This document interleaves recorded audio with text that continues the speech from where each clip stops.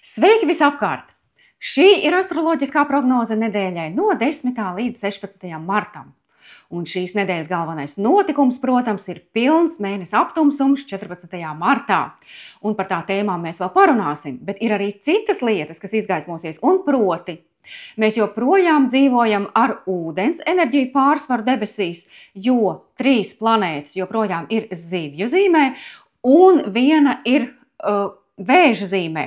Šķiet, pirms kāda laika mums jau vajadzēja palikt vieglāk, jo vispirms no zivju zīmes izgāja Venēra un tad Merkurs. Abas planētas tagad atrodas Auna zīmē, bet abas divas griežas retrogrādas. Venēra jau tagad ir retrogrāda un ieies atpakaļ zivīs, liekot vēlreiz pārskatīt tādas tēmas kā empātija, līdzjūtība, intuīcija, saplūšana, vienotība, atteikšanās, uzupurēšanās un aizmiršanās. Bet arī Merkurs griezīsies retrogrāds un arī retrogrādā kustībā drīz vien ieies zivju zīmē, atkal akcentējot šo te ūdens enerģiju. Un man aizvien vairāk tiek uzdot jautājumi, kad beidzot mums parādīsies enerģija un kad beidzot lietas sāks virzīties uz priekšu. Gaidām astroloģisko pavasaru, kad saule ieies Auna zīmē un daba pamazām sāks atmosties. Tāpēc pašlaik vienkārši ir jāpielāgojas šim emocionālajam un mazliet arī nenoteiktajam planētu fonam, jāsaprot, ko mums nozīmē strādāt un ko mums nozīmē atpūsties, un izmantot šo laiku pārdomām par to, kas mums patiesi ir svarīgs, un jāizmanto laiks, lai atpūstos. Jā, un ierakstiet komentāros, kā jūs jūtaties, kādas tēmas jums parādās dzīvē, un dalieties ar šo video, piesakojiet šim kanālam, īkšķīšojiet, ja informācija šķiet noderīga. Bet tagad, atgriežoties atpakaļ pie šīs nedēļas, 11. martā Merkurs savienosies ar Venēru Auna zīmē, un Venēra jau ir retrogrāda šajā Auna zīmē. Auna enerģija ir pirmā zodiaka zīme, kas simbolizē iniciatīvu, enerģiju, pašpārliecinātību un arī vēlmi pēc neatkarības. Auna zīme ir saistīta ar rīcību, ar impulsivitāti un ar tiešumu. Venēra, kas šeit jau ir retrogrāda šajā periodā, pastiprinās vēlmi pārskatīt attiecības, vērtības un arī kaut kādas finanšu jautājumus. Par Venēru Auna zīmē es jau runāju, es tagad tikai atgādinu tādu kopīgo simboliku, lai mēs saprastu, kā Merkurs ar Venēru kopā jutīsies šajā Auna zīmē. Jā, te ir iespējama atgriešanās pie kaut kādām iepriekšējām attiecībām, vai arī būs nepieciešamība izvērtēt esošos. Šis jau ir, jo Venēra jau ir retrogrāda, un, protams, pastiprinās jautājumu par to, kas mums patiesi ir svarīgs. Tā jūtas retrogrāda Venēra Auna zīmē.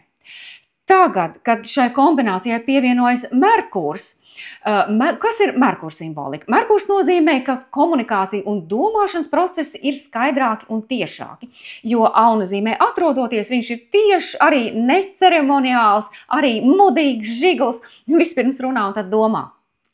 Bet, kas ir labi, kad Merkurs iet caur Aunu zīmi, tad šajā periodā ir vieglāk pieņemt lēmumus, veikt sarunas un īstenot kaut kādus plānus. Un vispār ir iespējams savas domas izteikt skaidrāk, jo kamēr Merkurs gāja cauri zivju zīmē, mēs vairāk izmantojām tādu tēlaino izteiksmi, nenoteiktas frāzes. Bet tagad, kad Venēra savienosies ar Merkuru šajā Auna zīmē, te mēs varam pārskatīt attiecības un pārskatīt tās, izmantojot skaidru komunikāciju. Ko tas nozīmē? Tātad, pirmkārt jau Auna enerģija pastiprina vēlmi pēc tiešuma un atklātības attiecībās.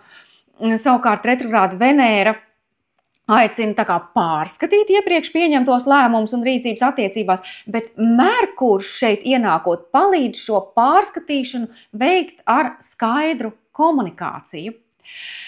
Protams, ka šī Auna zīmes impulsivitāte dara savu, tāpēc ir jāuzmanās no konfliktiem un nesaskaņām, kas saistīts ar atšķirīgiem viedokļiem, bet Venēras klātbūtne ļauj vieglāk tos atrisināt tieši ar skaidru dialogu.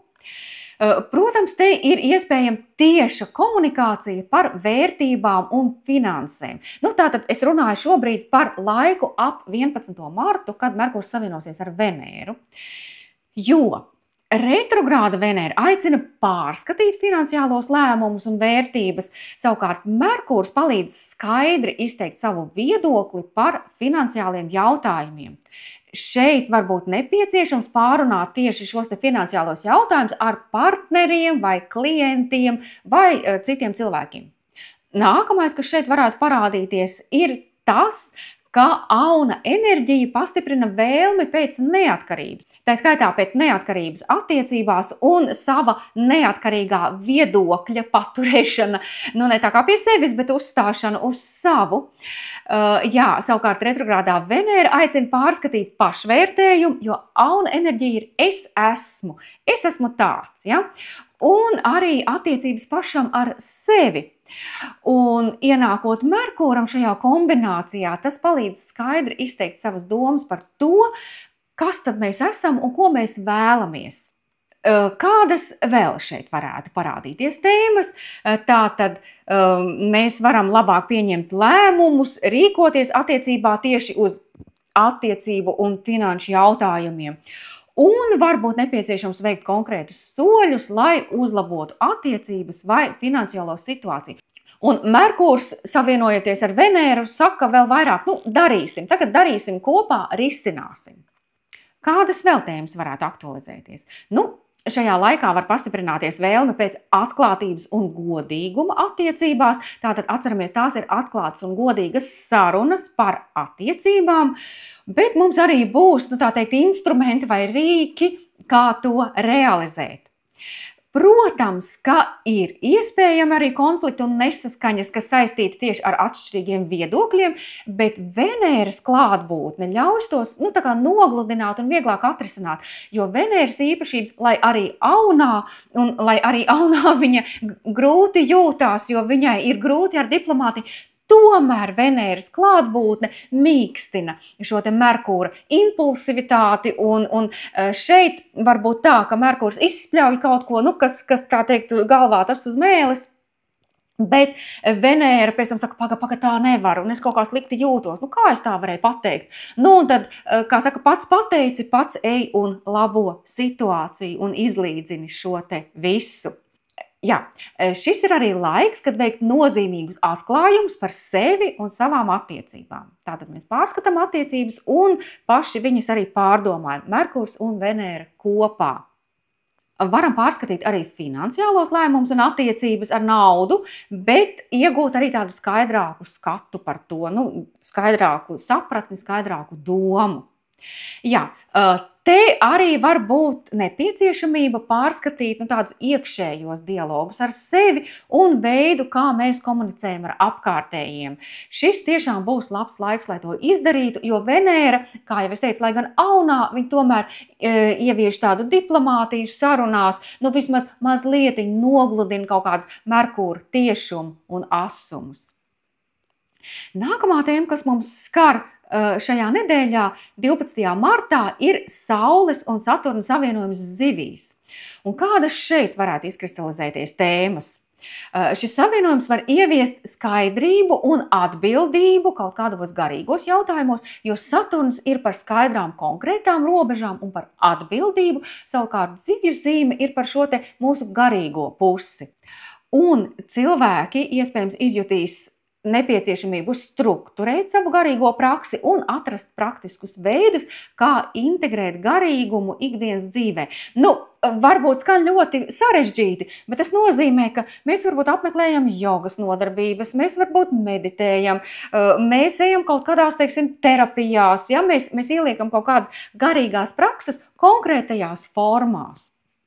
Daži gan no mums var izjust kaut kādu tādu iegrožotību vai ierobežojumus, tā skaitā emocionālos. Un īpaši ierobežojums, kas ir saistībā ar līdzjūtību, ar upurēšanos, bet labās ziņas ir tās, ka tā ir arī nepieciešamība noteikt tādas veselīgas robežas un iemācīties rūpēties par sevi, vienlaikus saglabājot empātiju pret citiem. Jo zivju zīme ir ļoti atdodoša un viņa, kā saka, vispirms ir svarīga kaut kāda kopiena, visi citi, un man ir jāpakļaujas tādai kopīgai idejai. Savukārt Saturns saka, nē, pagaidi, tomēr kaut kādām robežām ir jābūt. Tu nevari pilnīgi viss iztukšoties un uzupurēties kopīgā labuma vārdā un nespēt atgūt kaut kādus savus resursus. Jā, tātad mēs te pārskatām tādus tēmas kā upurēšanās un atbildība, un iespējams mums tiešām ir jāsaprot, kur mēs upurējamies, un jāpārliecinās, vai šie te upuri vai šī te tāda atsacīšanās no sevis ir tā vērta, vai viņa ir pamatīga, un vai viņa ir pamatota, un vai viņa ir veselīga. Jā, un, protams, ka Saturns ir tāds, kā lai saka, realitātes kontrolieris un palīdzēs atšķirt ilūzijas no realitātes un pieņemt praktiskus lēmumus šajā laikā. Jāteic arī, ka Saturns ir karmiska planēta, un šis savienojums var aktualizēt arī kaut kādas karmiskās mācības, kas saistītas tieši ar zivju zīmes tēmām. Iespējams, ka tas nozīmē arī palaist kaut kādu pagātnes nastu, atstāt to pagātnē, lai viņi tur stāv un iet uz priekšu ar tīru sirdi. Vēl šai laikā var pastiprināties vēlme pēc vientulības un vienpatības, bet tieši tamdēļ, lai tā kā noietu maliņā un apdomātu, kas tad mēs esam, kas ir mūsu dzīves jēga un kādu varbūt garīgo ceļu mēs gribam vai negribam iet. Iespējams, mēs varam izjust arī nepieciešamību atbrīvoties no pagātnes nastām un uzņemties atbildību pašiem par savu dzīvi. Man ļoti patīk, kā man viena studenta teica nesen vienā no nodarbībām. Viņa saka, un tagad es esmu situācijā, kad mani vairs neviens neierobežo, un es esmu atklājis to, ka patiesībā visu šo laiku es esmu ierobežojusi sevi pati. Tātad šis Saturna Saules savienojums atļaus mums skaidri redzēt, kur mēs paši sevi ierobežojam un vai tas ir veselīgi vai nē, un kur to vajag un kur to nevajag. Jo, protams, mēs nedzīvojam vieni paši uz vientuļas salas, mums ir jāsaskaņojas ar citiem cilvēkiem un jārēķinās ar citiem, bet jautājums, kur ir tā robeža? Un Saturns ļoti labi ļaus mums šo robežu ieraudzīt. Nu un, protams, 14. martā mūs sagaida pilns mēnesis aptumsums. Tas notiks 8:58 pēc Latvijas laika. Tas notiks Jaunavas zīmē, un ar šo datumu, tātad ar 14. martu, mums sākas aptumsuma koridors, kas ilgs līdz 29. martam, kad mums ir sagaidāms daļējs saules aptumsums. Šis pilnais mēnesis aptumsums notiek uz dienvidu mezgla, tādas kā izelpas, un dienvidu mezgls parasti nozīmē to, ka mums no kaut kā ir jāatbrīvojas. Vienlaicīgi tas ir pilnmēnesis kopā ar mēnesi aptumsumu, un tas var būt kaut kāda projekta gan realizācija, kaut kāda kulminācija, bet arī par cik šos te mezglus, dienvidu un ziemeļu mezglu mēs saucam arī par karmiskajiem mezgliem, tā var būt tiešām tāda laba atbrīvošanās no karmiskās nastas, ko mēs iespējams nemaz neesam pamanījuši, ka mēs velkam visu laiku līdzi. Un tas jau sasaucās mazliet ar iepriekšējo tēmu, ar Saturna Saules savienojumu, tātad šī jau izskatās pēc nedēļas tēmas. Jā, vēl viens interesants fakts ir tas, ka aptumsums vēl tikai būs pēc kāda laika, bet tas nenozīmē, ka tās tēmas, par kurām tagad runāsim, parādīsies vai sāksies tieši ar aptumsumu koridoru iestāšanos. Ja? Mēs šīs tendences jau redzam un jau redzējām tajā mirklī, kad mezgli nomainīs zīmes. Starp citu, varat noskatīties pilnu video par mēnesi mezgliem, kad viņi mainīja zīmes. Tas jau bija pagājušajā gada beigās. Arī tās tēmas jau ir iezīmējušās jums, un tāpēc šis te aptumsuma iespējas var parādīties jau pāris nedēļas iepriekš un turpināties jau vairākas nedēļas pēc tam vai pat līdz nākamajam aptumsumam. Jā, bet šis ir pilns mēnesis aptumsums, viņš ir ļoti jaudīgs, norisinās Jaunavas zīmē, tātad uz dienvidu mezgla, kā izelpa, un tā ir kā atbrīvošanās, kā noslēgums, kā nobeigums kādam posmam, un tagad ir jāizdara secinājumi un jāiet tālāk. Varam gaidīt arī tādu diezgan pamatīgu turbulenci, tāpēc, ka šajā mēnesa aptumsumā piedalās Urāns, kas harmoniski aspektē gan Sauli, gan Mēnesi, bet Urāns mums šajā aptumsumā, viņš aicina rīkoties citādāk. Ne tā kā vienmēr, ne tā kā parasti. Viņš aicina domāt ārpus rāmjiem, pieņemt nestandarta lēmumus, un tas var būt īsts izaicinājums. Jo šeit ir arī Venēra, kas jau ir retrogrāda auna zīmē, un mums jau kaut kas ir jāpārskata, bet nākamajā dienā pēc aptumsuma, 15. martā, Merkurs griežas retrogrāds. Un tad sanāk tā, un te ir kulminācija, un te ir kaut kāds rezultāts, un te kaut kas notiek, un tad Merkurs griežas retrogrāds un saka, nē, pagaidi, tagad pārskatīt, kas tad te viss notika. Diezgan sarežģīts laiks, jāteic, jā. Bet, man par šo te mēnesi aptumsumu būs atsevišķs video, tā ka sakojiet līdzi, bet, kaut kādas dažas tēmas mēs ieskicēsim arī šīs nedēļas video. Un tā, tad... Jā, kā jau es teicu, aptumsums notiek uz dienvidu mezgla, un tā ir kā atbrīvošanās no karmiskās nastas. Un, protams, mums te katram ir savas tēmas, kas var atkal uzpeldēt, lai atkal tās saprastu, bet ir arī kaut kādas kopīgās, jo šis te dienvidu mezgls ir jaunavas zīmē, un tas varētu būt saistīts ar pārāk lielu perfekcionismu. Ko tas nozīmē? Jaunavas zīme ir par tādu punktualitāti, par vērības piegriešanu tieši sīkumiem, niansēm. Bet atceramies, mēs atlaižam tieši pārspīlētās jaunavas zīmes īpašības, tātad piekasīgumu, pārāk lielu, tādu koncentrēšanos uz detaļām, kad mēs varam neredzēt kopīgo ainu. Tātad mēs atbrīvojamies no pārspīlējumiem. Tas nenozīmē, ka tagad mēs kļūsim tur, nevīžīgi un neuzmanīgi. Nē, joprojām mēs esam akurāti un punktuāli, bet nepārspīlējam ar to. Jā, atbrīvojam kaut kādu ieslīgšanu sīkumos, kas neļauj saskatīt lielas lietas kopumā. Un tas nozīmē arī iztīrīt dzīves kambarus tīri fiziski, garīgi un emocionāli, lai kādi sīkumi, kas varbūt līdz šim mums vilkās līdzi, nemaisa mums sasniegt lielas lietas.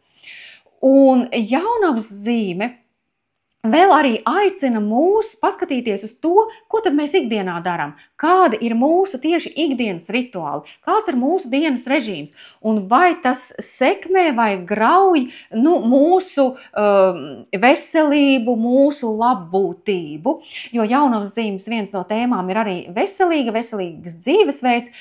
Tātad mēs varam atbrīvoties no neveselīgiem ēšanas ieradumiem, ieviest kaut kādu labvēlīgu diētu, vai arī, no kaut kādiem pārspīlējumiem diētas ievērošanā, ka mēs esam tik kategoriski šajā jautājumā, ka mēs vairs nespējam izjust prieku no ēdiena baudīšanas. Ja?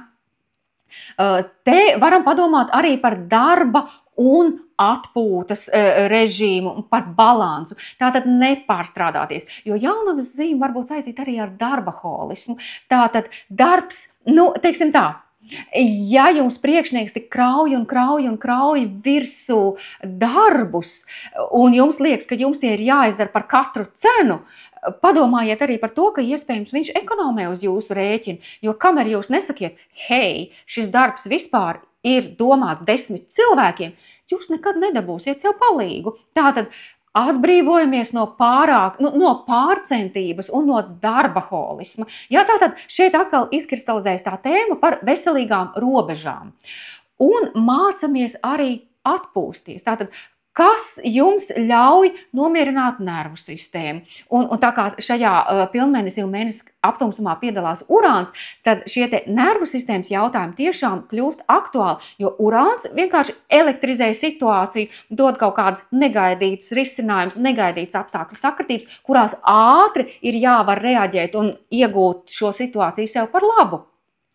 Un, ja mums nebūs stabila nervu sistēma, ja mēs reaģēsim uz visu pārspīlēti un pārāk emocionāli un pārāk satraukti un haotiski, nekas labs no tā nesanāks. Līdz ar to šajā mēnesi aptumsumā un vienlaicīgi, kas ir arī pilnmēnesis, pieskatam nervu sistēmu, bet, lai to izdarītu, mums ir jāuztur savs ķermenis kā labā formā, kā tāds kārtīgs darba instruments. Un jāskatās, var jābūt, ka mēs apmeklējam sporta klubu, bet atkal nepārcenšamies, jo pārcentība šeit mums nāk par ļaunu. Jā. Lūk, bet es patiešām iesaku noskatīties manu video par šo aptumsumu, jo tajā šīs tēmas būs iztirzāts daudz plašāk, un es tur runāšu arī par to, kas vēl papildus aktualizējas katrai zodiaka zīmei. Bet mēs ejam tālāk. Nākamajā dienā pēc šī te pilnā mēnesa aptumsuma, kas vienlaicīgi ir arī pilnmēnesis, Merkurs griežas retrogrāds, viņš griežas retrogrāds Aunas zīmē, viņš jau šeit kādu laiku ir bijis, un Merkurs retrogrāds būs līdz 7. aprīlim, viņš aizies līdz 26 grādiem zivīs. Un mēs jau izjūtam šo periodu, kad planētas ieiet aunā, viņas it kā tur aktivizē, bet viņas ies atpakaļ un atkal mums ir viss relatīvs. Un tas ir diezgan grūti. Ieskicējis Auna zīmes tēmas, kas ir iniciatīva, kas ir impulsivitāte, kas ir kaut ko sākt un darīt kaut ko jaunu. Un te gan Venēra, gan Merkurs ir jau tātad griežās retrogrādu, un atkal šīs lietas mums ir jāpārskata. Un nesen mēs vēl atceramies, ka Mars bija retrogrāds, ja? Un viņš vispār no ēnas zonas izies tikai maijā, un tad jā, Mars šobrīd ir direkts jau, bet tāda sajūta, ka viss šis pēdējais pusgads ir tāds uz priekšu, uz atpakaļ, uz priekšu, uz atpakaļ. Un mēs kaut ko uzsākam, bet nē, tas ir jāpārskata. Un mēs pieņemam lēmumu, atceramies arī par Venēras gaitām, kad viņi savienojas ar Saturnu, un tad viņi savienojas ar Neptūnu, un tad viņi atkal savienojas ar Neptūnu, un tad atkal ar Saturnu. Un tad mums kādu laiku arī ir šī sajūta, ka mēs esam pieņēmuši kaut kādus lēmumus, mēs esam nostiprinājušies, viss ir zināms, viss ir racionāls, un te pēkšņi atkal viss ir relatīvs. Tāda šurpu, turpu, bakstīšanās, bīdīšanās kādu laiku būs. Bet tagad laikam ir jāizmanto šis periods, kad gan Venēra, gan Merkurs ir Auna zīmē, jo tad vismaz mēs esam tādi tieši un atklāti, un nav kaut kāda zemūdens akmeņi. Lai gan arī šis te tiešums un atklātums var būt tas, kas ir jāpārskata. Bet daži varbūt tādi komunikācijas knifiņi, kas var izkristalizēties laikā, kad retrogrāds Merkurs iet cauri Auna zīmē. Protams, ka Auna zīmē Merkurs ir impulsīvs savā komunikācijā, un te var būt dažādi komunikācija pārpratumi. Vispār jau tagad, kad Merkurs griežas retrogrāds, mēs redzam, ka dažkārt mums komunikācijas sistēmas uzkarās, tur internets tur lago vai kā pareizi jāizsakās, bremzējās vai niķojās. Mums var būt kaut kādas problēmas ar e-pastu nosūtīšanu. Mēs sūtam e-pastu, bet izrādās viņš nav nosūtījies, vai arī viņš ir nosūtījies nepareizam adresātam. Vai mēs esam gribējuši nosūtīt, neesam nosūtījuši. Tātad kaut kādas komunikācijas problēmas jau ir parasti vērojamas vairāk, kad Merkurs ir retrogrāds. Bet parunāsim tieši par Auna zīmi, jo ja Merkurs Aunā jau tāpat ir impulsīvs, viņš pirms runā un tad domā, tad šeit tas varētu parādīties tā kā vēl vairāk, tā kā pastiprināties šīs tendences. Iespējami ir arī vēl sasteigtāki lēmumi, vēl neapdomātāki vārdi un pārpratumi. Protams, tieši šīs te impulsīvās komunikācijas dēļ. Labās ziņas ir tādas, ka Merkurs, vispirms pats kaut ko sačakarē, bet pats pēc tam skrien labot. Tā ka ar to arī viss ir kārtībā. Jā, labās ziņas ir tādas, ka mēs šeit varam atgriezties pie nepabeigtiem projektiem un idejām. Tātad retrogrādais Merkurs aicina pārskatīt pagātnes projektus un idejas un atgriezties pie nepabeigtiem projektiem, kas ir tieši saistīti ar iniciatīvu, ar kaut kā jauna darīšanu, ar enerģiju un ar pašizpausmi. Protams, uz retrogrādu Merkūru un īpaši Aunā te var būt vairāk strīdi, te var būt vairāk konflikti, vairāk nesaskaņas, kas saistīts tieši ar atšķirīgiem viedokļiem, jo mēs varam impulsīvi tā kā nenoreaģēt un, teiksim, uzstāt uz sava un pēc tam domāt, nu ko es tur teicu, vai tad man tur vajadzēja iesaistīties? Jā, tātad, jo Merkūrs jau tā Auna zīmē ir diezgan, tāds neatkarīgs, ja? Bet šeit mēs varam būt vēl impulsīvāki un tā kā vēl neapdomīgāki šajā komunikācijā. Mēs varam arī pārskatīt kaut kādus savus iepriekš izdarītos lēmumus un pārskatīt arī savu viedokli, kas ir saistīts varbūt ar kaut ko jaunu.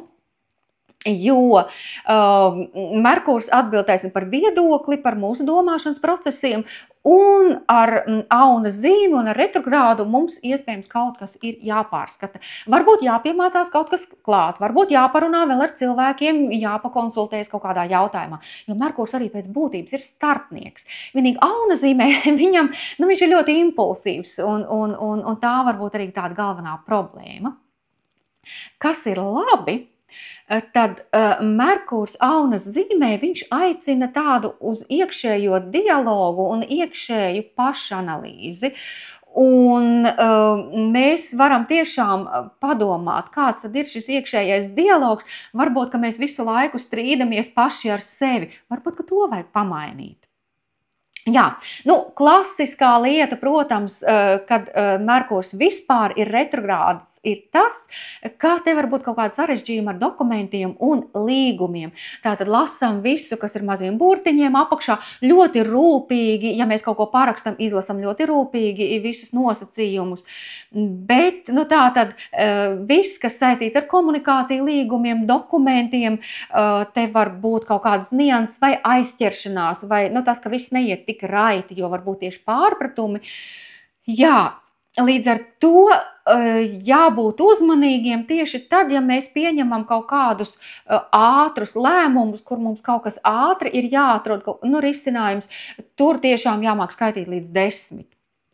Bet ko šeit ir svarīgi atcerēties, ka retrogrāds Merkūrs nav tikai negatīvs laiks.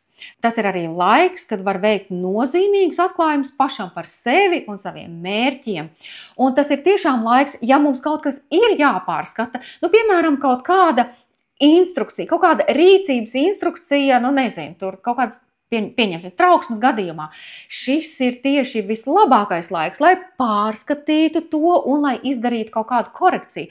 Tāpēc tiešām neskatieties uz retrogrādu Merkūru kā uz absolūto bubuli, vienkārši ir jāmāk iekļauties šajā te planētu ritmā.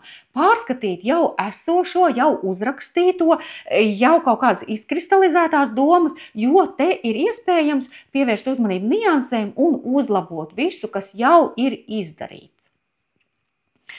Diezgan daudz šajā nedēļā notiek, un tā pēdējā tēma, ko es gribētu aktualizēt, ir tāda, ka no 13. līdz 18. martam Saule, kas iet cauri zivju zīmei, viņa nostāsies starp divām pretrunīgām enerģijām, starp Saturnu un Neptūnu. Un mums šīs pretrunas jau ir pazīstamas tad, kad Venēra gāja no Saturna pie Neptūna, kad savienojoties ar Saturnu šķita, ka viss ir skaidrs un saprotams, un tad tuvojoties Neptūnam izrādās viss ir relatīvs. Te situācija ir apmēram tāda pati. Atceramies, tas ir laika posms no 13. līdz aptuveni 18. martam. Jo, kur ir problēma, kur ir pretruna? Saturns pārstāv struktūru, disciplīnu, ierobežojumus un atbildību. Savukārt Neptūns pārstāv ilūzijas, sapņus, garīgumu, bezapziņu. Un tas var tiešām izraisīt tādu neskaidrību, apjukumu un vēlmi izvairīties no realitātes. Un atceramies, Saturns ir stingras robežas, Neptūnam nekādu robežu nav. Savukārt Saule simbolizē mūsu personību, mūsu pašapziņu, mūsu raksturu, un tā ir arī mūsu vitalitāte. Tad saprotam, ka galvenie izaicinājumi šeit var būt starp to, kas tad ir konkrēts un saprotams un noteikts, un kas ir relatīvs. Jā, un šajā periodā tiešām var būt grūtības atšķirt realitāti no ilūzijām, Un mēs varam just arī tādu iekšēju spriedzi. No vienas puses mums ir vēlme pēc kaut kādas brīvības, jo Neptūns saka, peldi, uzticies intuīcijai, bet Saturns saka, pagaidi, stāvi uz zemes ar abām kājām un esi realists. Un tad mums var nebūt skaidrs, kur tad, vai to intuīciju vairāk, vai to realitāti. Droši vien atbilde ir tajā, ka atrast kaut kādu zelta vidusceļu, joprojām stāvēt stabili abām kājām uz zemes, bet arī neizslēgt intuīciju un tomēr ieklausīties sevi un savā iekšējā balsī. Jā, kad Saule savienosies ar Saturnu, viņš var paraut augšā arī kaut kādas bailes un fobijas. Savukārt Neptūns šeit var likt, domāt, es no tā izvairos, es to nerisinu. Un tad arī, jo Saturns ir arī par atbildību, labi, man ir šī situācija, es par viņu uzņemos atbildību, es mēģinu saprast, kas ar to notiek. Bet Neptūns saka, paslaukam to pagultē, gan jau kaut kad, un tad te arī tāds apjukums, jo, ja mēs kaut ko iespiežam dziļi iekšienē, tas jau īsti nekur nepazūd. Ja, un kaut kad jau tas nāks ārā, un tad ir jautājums pēkšņi, no kurienes tas mums izlien. Tā kā uzmanība, tā kā esam reāli, bet arī, teiksim, pārāk sevi ierobežot vai strukturēt vai kaut kādā veidā būt uzstādīt tādas pārāk lielas prasības arī nevajag šajā laikā. Te, protams, var būt arī grūtības ar robežu noteikšanu, jo Saturns ir par stingrām robežām, un, kā jau es teicu, Neptūnam robeža vispār nav. Un tad jautājums, kur ir šīs veselīgās robežas, gan attiecībās, gan, attiecībā pašam uz sevi, kad mums kādam ir jāpalīdz un kad nav jāpalīdz, kur man ir tā kā jādod priekšroku pašam savām vajadzībām un kur man ir jāpiedāvā savu palīdzību citiem. Jo te vēl var izkristalizēties bailes no atstumšanas. Ja es nepalīdzēšu, vai es būšu vajadzīgs? Visas šīs domas, ja? Tātad tas var radīt grūtības pateikt nē. Protams, te var būt dažādas vēl grūtības atrast savu vietu pasaulē un grūtības atrast tādu veselīgu līdzsvaru starp rūpēm par sevi un rūpēm par citiem. Ko tad darīt šajā periodā? Mēs jau uzskaitām kaut kādus izaicinājumus, bet jautājums, ko tad darīt? Tagad ir ļoti tāds moderns vārds – apzinātība. Tātad saprast, kas notiek, kāpēc notiek, tātad praktizējam apzinātību, praktizējam meditāciju, un tas mums vairāk ļaus iedziļināties situācijā un atšķirt realitāti no ilūzijām. Tātad mācamies saprast kur ir veselīgas robežas attiecībās, iemācamies pateikt nē, mēģinam atrast to līdzsvaru starp garīgo un materiālo pasauli, arī uzņemamies atbildību par savu dzīvi un nebaidamies no realitātes, jo Saturns saka, tev ir pašam jātiek ar visu galā. Neptūns saka, gan jau kāds man palīdzēs. Un tagad saprast, kur tomēr man pašam jārisina, vai arī jāuzmetas kādam par glābēju, un kur nē. Vēl viena lieta, un manuprāt, tā ir vēl svarīgāka par visu iepriekš sacīto, ir tas, ka gan Saturns, gan Neptūns atbild par procesu novēlošanu. Abi divi gan aiz dažādiem iemesliem, jo Saturns saka, paga, tev vajag plānot ilgtermiņā, tev vajag visu skaidri saprast struktūrā, bet Neptūns viņš vairāk izvairās, viņš saka, par to es domāšu rīt. Līdz ar to šajā laikā, tātad atgādinu no 13. līdz 18. martam, daudzas lietas var kavēties, un tas tikai pastiprinās atkal šo sajūtu, ka lietas nevirzās uz priekšu tik ātri, kā mums gribētos, un arī visi šie retrogrādi, kas atkal un atkal liek kaut ko pārskatīt un liek iedziļināties un atkal pastiprina šo sajūtu, ka mēs esam tā kā iestiguši un ka mēs mīcamies uz vietas un ka mēs nekur neejam uz priekšu. Lūk, ko? Šonedēļ es tiešām iesaku apbruņoties ar pacietību, piedomāt pie vārdiem, kurus nevajag izteikt steigā, nepieņemam arī steigā nekādus lēmumus, mācamies skaitīt līdz 10, izmantojam šo laiku, lai iedziļinātos sevi un izmantojam šo laiku, lai atbrīvotos no neveselīgiem paradumiem. Ierakstiet komentāros, kas no tā visa jums uzrunāja un lai veicas!